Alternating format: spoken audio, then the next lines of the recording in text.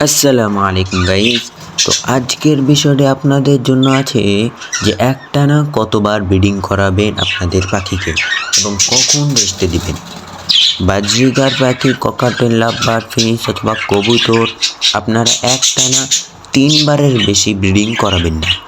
একটানা 3বারের বেশি ব্রিডিং করালে আপনার পাখি প্যারালাইজড হয়ে মারা যেতে পারে, কারণ পাখিদের ডিম বাচ্চা করতে শরীর থেকে প্রচুর পরিমাণে ক্যালসিয়াম ক্ষয় হয়।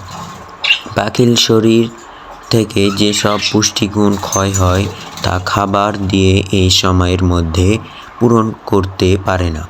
এজন্য 3বার ব্রিডিং করানোর পর তাদের রেস্ট দিতে হয় এবং এই সময়ের মধ্যে পাখিদের ব্রিডিং কোর্স করাতে হয়। পাখির ব্রিডিং কোর্স কীভাবে করাবেন তা আমি পরবর্তী ভিডিওতে দিয়ে দিব। আর সকলে আমার চ্যানেলটি সাবস্ক্রাইব করবেন এবং বেল আইকনটা বাজিয়ে দিবেন। আসসালামু আলাইকুম।